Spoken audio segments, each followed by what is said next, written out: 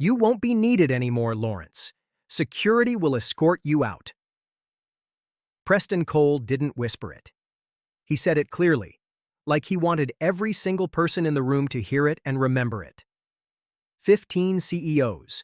All of them had flown in from different parts of the world. Tokyo, Munich, Oslo, Singapore, São Paulo. The room was full of power, money, and quiet tension.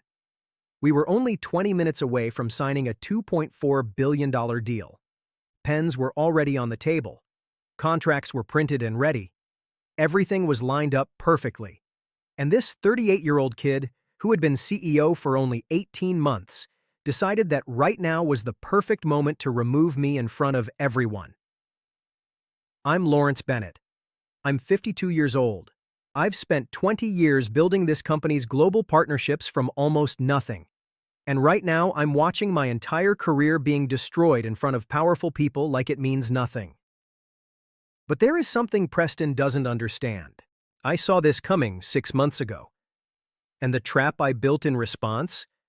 He just walked straight into it without even realizing. The words hit me harder than I expected. I won't lie about that. For a second, it felt like the air had been knocked out of my chest, but I didn't move. I stayed standing. Across the long table, I caught Hiroshi Tanaka's eye, the CEO from Tokyo. He looked at me and gave a very small nod. Not sympathy. Recognition. Like he already understood something the others didn't. 20 years. That's what I gave to Meridian Global Partners. 20 years of red-eye flights, airports, and hotel rooms where the food always went cold before I even had time to eat it. I missed my son's college graduation because I was closing a deal in Zurich that nobody else could handle.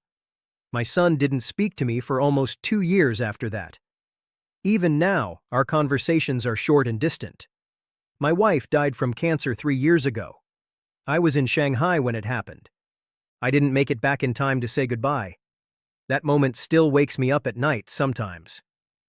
Some things stay with you no matter how much you try to move forward. People think I was just some coordinator moving papers around. But I wasn't. I could speak Mandarin well enough to negotiate without an interpreter. I knew enough German to catch mistakes that could have cost millions. My job wasn't just business. It was building trust between cultures that didn't always understand each other. And trust like that doesn't happen quickly. It takes years, not months, not quick meetings or online connections. Years of sitting face to face. Years of handshakes in quiet restaurant corners. Early morning golf games where the real deals were never written down. Late-night whiskey conversations where problems were solved before anyone else even knew they existed. Preston Cole was the opposite of me in every way. I listened first. He spoke first. I prepared for real-world problems. He prepared for presentations and headlines. He was writing on deals I had already built long before he even knew how to write a formal memo. I once overheard him in the hallway. He didn't think anyone could hear him. He said the company needed digital native leadership. That phrase is never innocent. It always means one thing. It means people like me are considered old, outdated, replaceable. It means 20 years of experience doesn't matter anymore because you don't have enough followers online. What hurts most is how easily he used words like disruptive thinking and Instagram-ready leadership. To people like Preston, disruption means breaking things that are actually working, then acting surprised when everything falls apart. And now, he was making his move. Right here.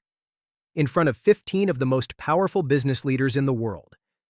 This wasn't just a firing, it was a performance. A public removal designed to humiliate me and prove a point. That the old generation was finished. I didn't sit down right away. My eyes drifted to the head of the table where Preston's leather portfolio was already open. He had placed it there like he owned the room, like he had rehearsed this moment many times before. The anger didn't come out loud. It built slowly inside me. Controlled, heavy. The kind of anger that doesn't explode. It focuses. I stood up slowly. Every eye in the room shifted to me. The atmosphere changed instantly. Even the air felt colder. Let me go back a bit. 20 years ago, I was just a junior associate with an engineering degree and more theory than real experience. I was 32. People thought I was making a mistake leaving a stable engineering job to chase international deals in countries where I barely understood the language. But I worked. I studied languages at night. I took calls in time zones that didn't make sense unless I had 3 clocks on my wall. Slowly, I adapted. By year 3, I could switch between English, Mandarin, and German in the same conversation.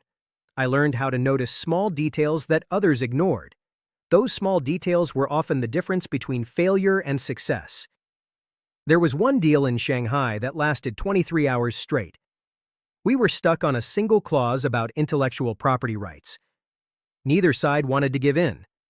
At hour 22, I noticed something small. A translation error. Just one word.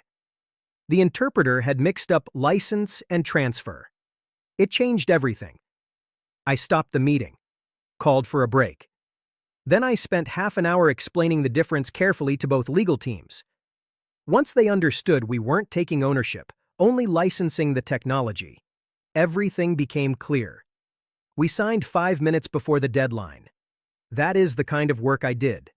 Not flashy, not something you post online. But it built the foundation of this company's international success.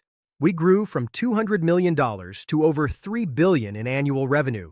Preston once stood on a stage and accepted an internal award for a Munich deal. That deal was mine originally.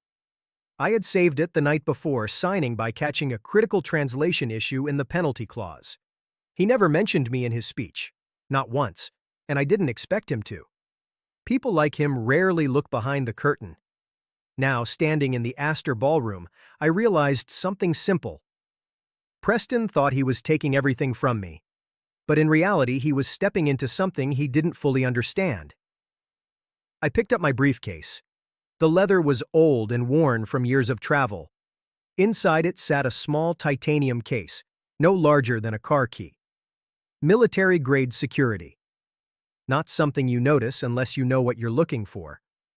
Preston believed this would be simple, clean, final. But he was wrong. His plan didn't start today. It had been building slowly. I noticed it months ago. The first time he used digital native leadership was in a casual conversation over coffee, testing reactions, seeing how far he could push. I didn't react. I just listened. Then came budget meetings, then presentations, then investor calls where I kept hearing phrases like, under 40 leadership required. Each time, the message became clearer. I had been marked for replacement, but what Preston didn't understand was that I had already mapped his entire strategy, every step, every intention, and today wasn't just a meeting.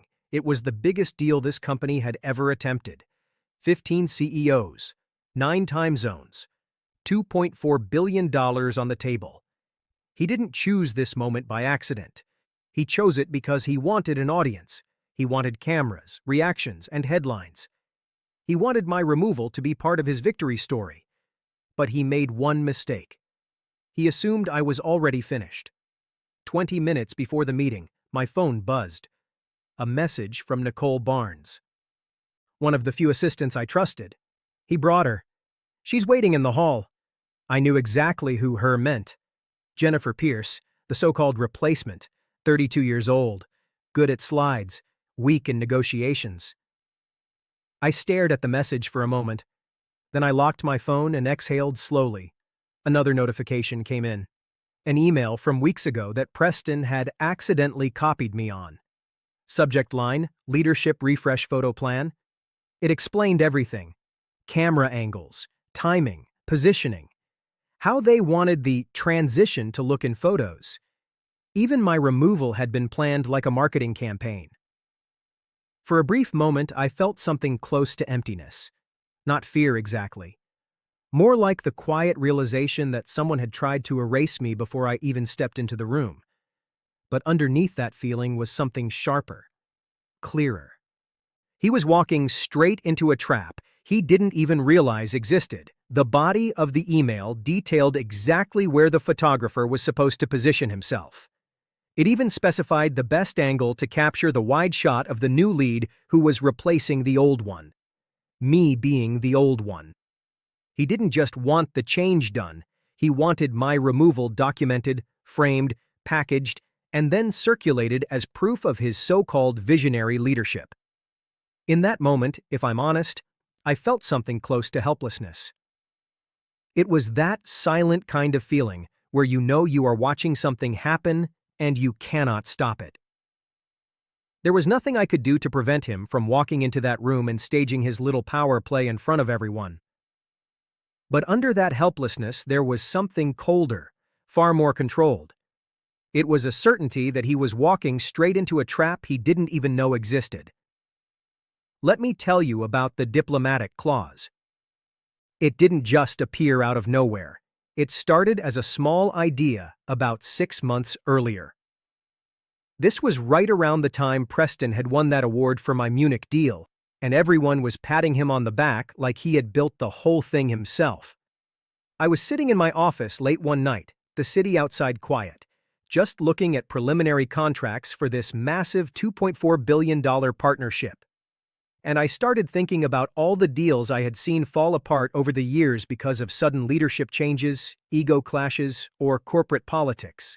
A handshake means nothing if the person who gave it is gone the next day. Trust doesn't just weaken in that situation, it evaporates completely. The whole structure can collapse like it was never stable in the first place. So I started drafting some language full of people realizing this deal was no longer moving forward. I stood a few steps back from the table, briefcase still on my shoulder, hands relaxed. I didn't need to say anything. In rooms like this, silence does the talking. Then it happened. Bjorn stood up slowly. His chair scraped against the marble floor. That sound alone was enough. In a room like that, it doesn't just mean someone is standing. It means the deal is over. He smoothed his jacket. His voice carried the weight of a final decision. As per the diplomatic clause, our memorandum is now void. Without the named liaison, there is no agreement left. He was not asking anything. He was not negotiating. He was only stating a hard fact. For a few seconds, Preston did not move. He looked like he still believed he could talk his way out of it, the same way he always talked his way through every problem he faced. "We can still move forward," he said, trying to hold control, gesturing toward the folders on the table. "We have consensus on the—" But Bjorn had already closed his briefcase. He stood up and walked toward the door without even looking back. That was the moment everything started to break. Rafael was next. He murmured something to his assistant in Portuguese and followed Bjorn out. Michelle leaned toward her interpreter, gave a small nod, and started collecting her papers without hurry. Preston's voice raised higher, that cracked edge showing, the one that comes when someone realizes they are losing control. "If we could all just sit down, please. We can solve this. We can fix any concerns." But they did not even look at him. I stayed where I was, hands folded, calm on the outside. This was no longer my fight to win. I had already won the moment Preston removed me from it. Now I was only watching things fall into place the way they were always going to. Klaus was next. He walked slowly along the table, extended his hand not to Preston, but to me. His grip was strong and steady. "You were always the deal, Lawrence," he said quietly. His eyes held mine for a moment. Then he let go and turned away toward the exit. Preston saw that. I could see his jaw tighten. Something close to fear passed through his eyes for a second. Near the end of the table, Michelle stood up, but she did not take her pen. She placed it back in the center of her open file, the tip pointing away from her. In certain worlds, that means everything. It means the deal is over, not delayed, not negotiated. Over completely. Preston saw it too. He moved toward her, his voice starting to break. "We can fix this, just let me—" The door closed before he finished. One by one they left. Tokyo, Singapore. Sao Paulo, London, Sydney, Dubai, Shanghai, Seoul, Paris, Mexico City. All 15 of them walked out. Not one stayed behind. All that remained were half-full water glasses, headsets scattered on the table, and the faint sound of expensive shoes fading down the marble hall. I did not smile out loud. But inside, there was a slow and steady feeling of satisfaction. The kind that comes when truth does not need to shout because everything else is already leaving the room. I was halfway down the long marble hall when I heard the first raised voice behind me. Preston. Sharp. Breaking. The sound of a man realizing his world was falling apart. I slowed down and pretended to check my phone. Through the half-open door, I could hear words carrying out. Get legal on the line. Now. Chairs scraped. Someone struggled with a speakerphone. Then our chief counsel's voice came through. Calm, clear. Preston, without the named liaison present at final signing, Clause 9 nullifies all memorandums of understanding, and without his encrypted signature, the system will not verify any contract. A long pause followed. I could almost see his face turning pale. We will override it, Preston said. You cannot, the lawyer answered. It is built into the system. Any attempt will automatically alert outside legal teams. Silence. Then the sound of a laptop opening, followed by a low sound of frustration. He was looking at the message I already knew was there. Final signature missing. Contract invalid. A phone notification pinged, sharp and clear. A moment later, a junior staff member ran out, whispering quickly into another phone. I caught pieces of it as they passed. From Oslo, sent to the board. They said they do not deal with instability. I kept walking. Inside, Preston was still talking, trying to hold things together with words. Draft a statement. Say market stability. Strong leadership. No one used the word void. No one say withdrawal. His voice kept going, getting louder, as if volume could fix reality. But reality was already moving without him. The elevator doors closed, cutting off the sound completely. Only then did I let a small smile show, not for long, just enough. Outside, the air felt different. Colder. Sharper.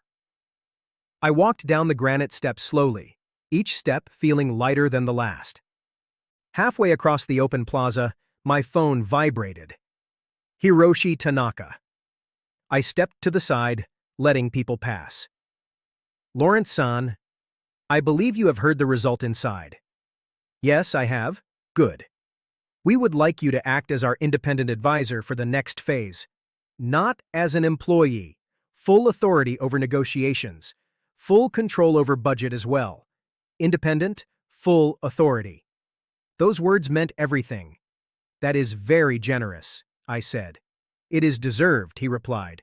Without you, there is no trust left. We need trust. We spoke a little longer, going over the next steps. The role they offered was bigger than anything I had before, and it was free. When the call ended, my phone vibrated again.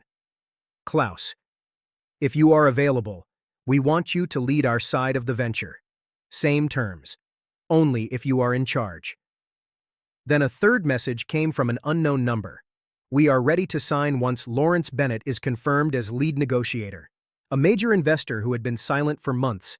I stood there as the city moved around me. In one morning, Preston lost control of the entire table, and I was handed the center of it. I walked into a quiet cafe a few blocks away. It felt like the right place to think. After 20 years of building things for other people, it was finally my turn to decide where they led. 3 months later, I sat in my own office. 45th floor, corner suite. A real desk that belonged to me. The view looked over the same harbor where my first big shipment arrived years ago. I was not an advisor anymore. I had started my own firm, Bennett & Associates, focused on international deals and big partnerships. 3 of the people from that day joined me as partners: Hiroshi, Klaus, Arjun. Our last deal closed at 2.8 billion, larger than the one Preston lost. A knock came at the door. Klaus walked in. Now there was something different about him. Not just confidence, equality. Lawrence, the final agreement is ready. We all signed. Your signature is last. I opened the file. My name was at the top, clear, straight, not hidden anywhere. We walked into the conference room. I sat at the head of the table. A pen sat near my hand, black, simple. That one, Klaus said, is the same pen I left that day. I picked it up. It carried more than ink. It carried years of work that no one saw. When it was time to sign, the room went completely silent. I signed. Then I set the pen down, not to prove anyone wrong, but to confirm that I was right all along. And Preston? He was fired weeks later. His own board could not ignore what he had done in front of everyone. Last I heard, he was working at a smaller firm, reporting to someone who did not care about status or stories. Sometimes, in the end, the world still adjusts itself.